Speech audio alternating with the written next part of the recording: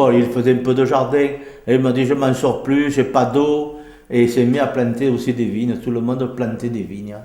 À ce moment-là, on produisait du vin.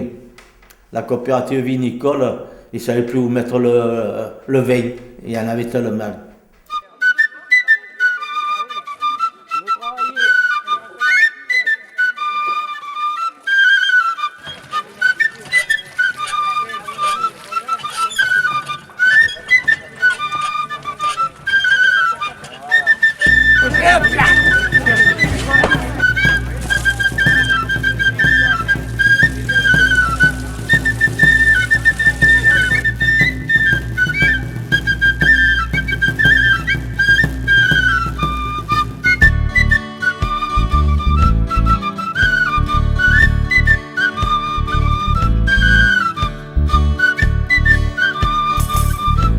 On allait vendanger à Moute.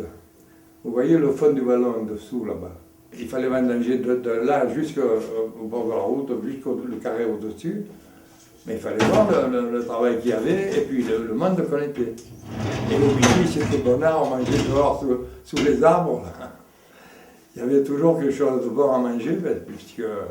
Comme dans le coin, il n'y en avait pas tellement, les marchés de Sanary étaient approvisionnés par la vallée de vins de Bandol, c'est-à-dire à partir du viaduc jusque sous le camp, en tirant à gauche vers les Lecs, le Saint-Cyr et tout ça, et à droite jusqu'au Bossé, Sainte-Anne-des-Donos. Tout ça venait, disons, au 80% sur les 3 marchés dont René vous a parlé.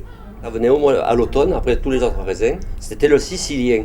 Et il y avait le sarment. On les coupait avec le sarment pour que justement il ait une durée plus importante. Et en plus, on pouvait le suspendre. Et les gens le faisaient sécher ou le mangeaient au fur et à mesure. Le sicilien, c'était quelque chose de vraiment très sucré. Voilà, mais c'était le dernier raisin qui arrivait dans la région. Quand j'ai pris la propriété, ces vignes étaient vieilles. J'ai dit qu'est-ce qu'on va faire de ça? Je les ai arrachées. J'ai récavé et j'ai planté du sicilien. C'est ce qui m'a permis d'acheter les serres pour faire après des légumes. Avec les siciliens que je vendais au mois de novembre, mais du beau raisin qui n'existe plus actuellement. Hein.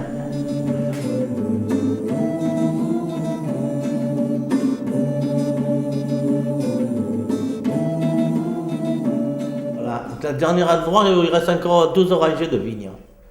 Il n'y en a plus aucun endroit, parce qu'il fallait garder une petite surface. Comme j'étais retraité, une surface minimum, c'était d'avoir 4 ans de vignes pour avoir droit toujours à la retraite. Ça suffisait pour faire le vin familial. Ça fait que j'ai gardé ces vignes-là, et ils y sont encore, mais enfin, maintenant ils tirent au bout. Il y en a quelques-uns du lanceur qui m'ont dit « mais tu devrais être classé ».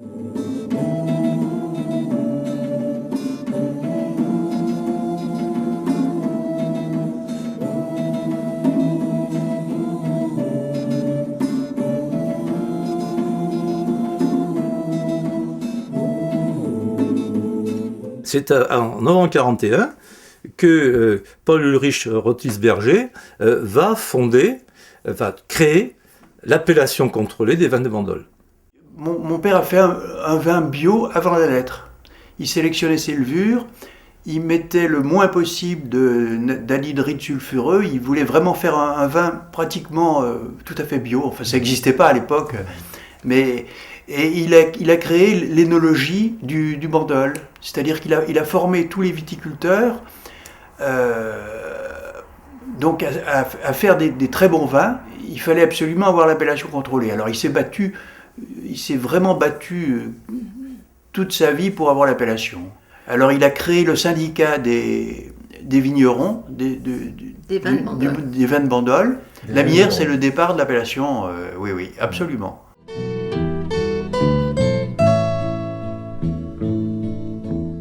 Et alors, le vin de Bandol est né à Sanary. Et je me rappelle que le maire de l'époque, je ne me souviens pas comment il s'appelait, a dit à papa, mais enfin, pourquoi vous appelez ça le vin de Bandol? C'est le vin de Sanary. Alors, il a retrouvé l'historique des Bandols. Il a retrouvé que, notamment Louis XIV ne buvait que du Bandol, que le Bandol avait une très grosse réputation autrefois.